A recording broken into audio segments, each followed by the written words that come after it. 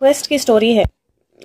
वो mister patriot की story है, जो एक ओल्ड इंसान है और वो डिसाइड करते हैं, शी डिसाइड्स, मिसेस पेट्रियट की स्टोरी है। वो डिसाइड करती है कि वो रेडी है एक नया डेडली स्वैम्प और एक नेवी ट्रायल के लिए। वो रेडी है आगे बढ़ने के लिए, जो पहले किसी ने भी करने की कोशिश नहीं की है।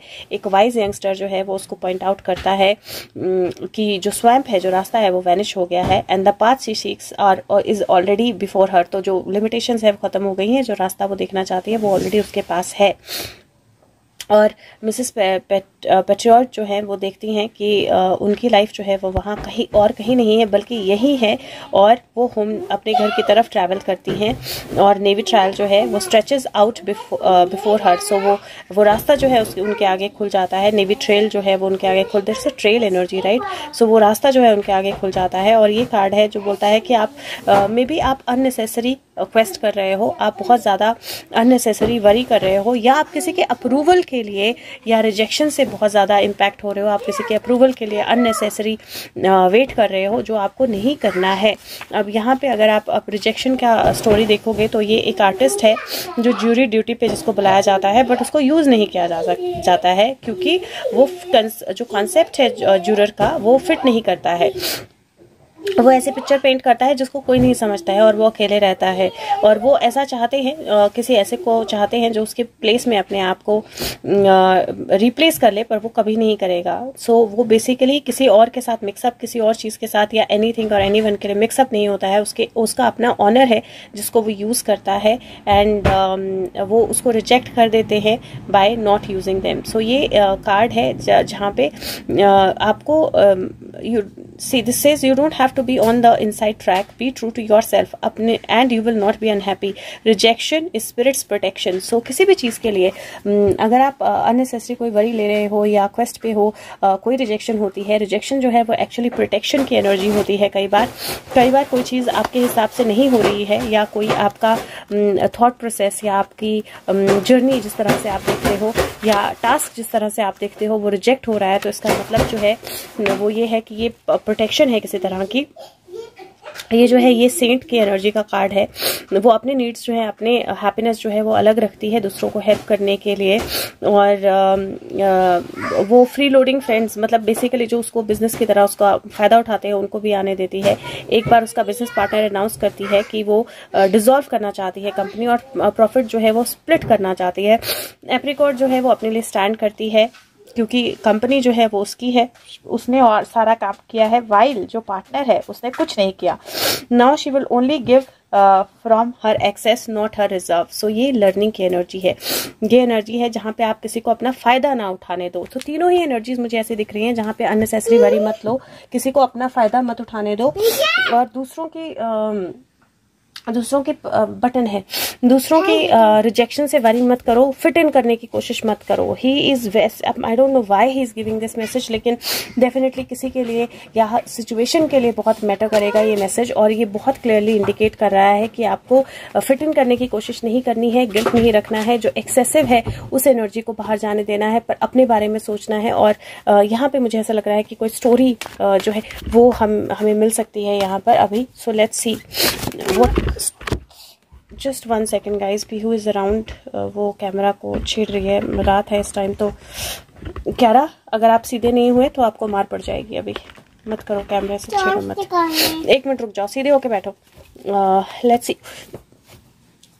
सी what is the story that we get here. Sushant, क्योंकि मुझे ऐसा लगा जैसे he is trying to give something.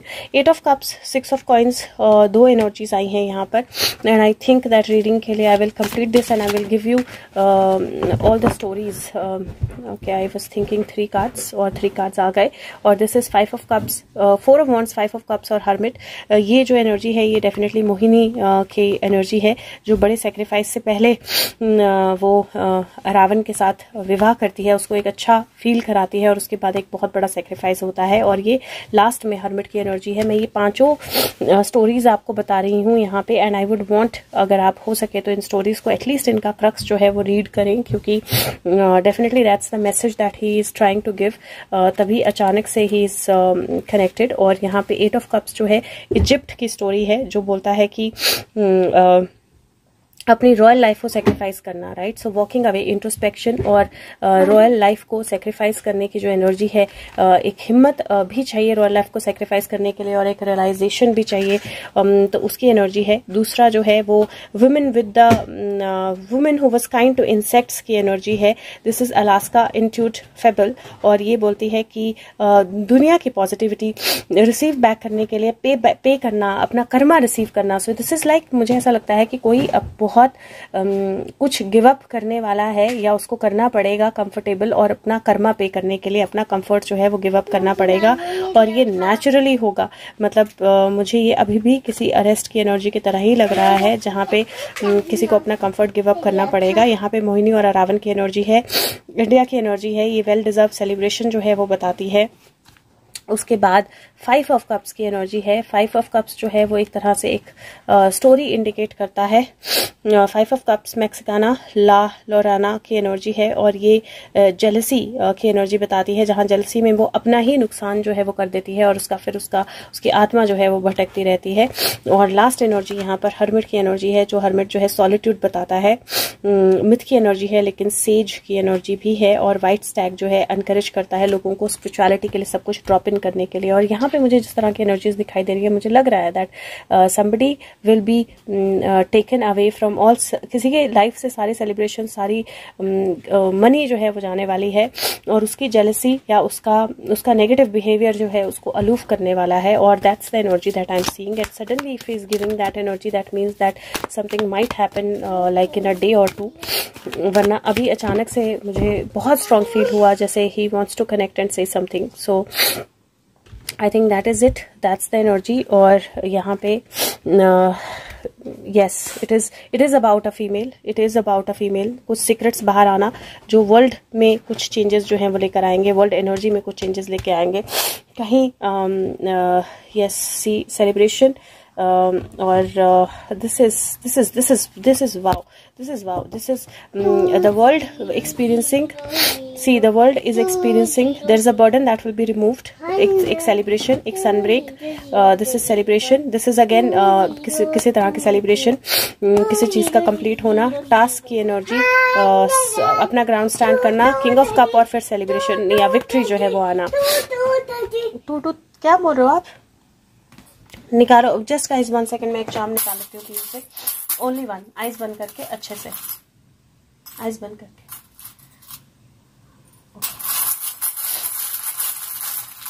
Eyes बंद करके, ओनली 1 और 2 पियो। मैं वीडियो बंद कर दूंगी, जल्दी से बताओ, आइज बंद करके, ओनली 1 और 2 रहने दो। एक और आया था, आइज बंद करके, ढूंढना नहीं है, फिर रहने दो। ओके नहीं ढूंढती। तो पहला एलिफेंट और दूसरा लेडी बग, लक एनर्जी है, लेडी एनर्जी है, और something huge. So definitely something huge is coming, जो होने वाला है, बी रेडी फॉर इट। और अगेन रात को ही इज कनेक्टेड सडनली, तो definitely the message is very important. Thank you so much, take care, bye bye.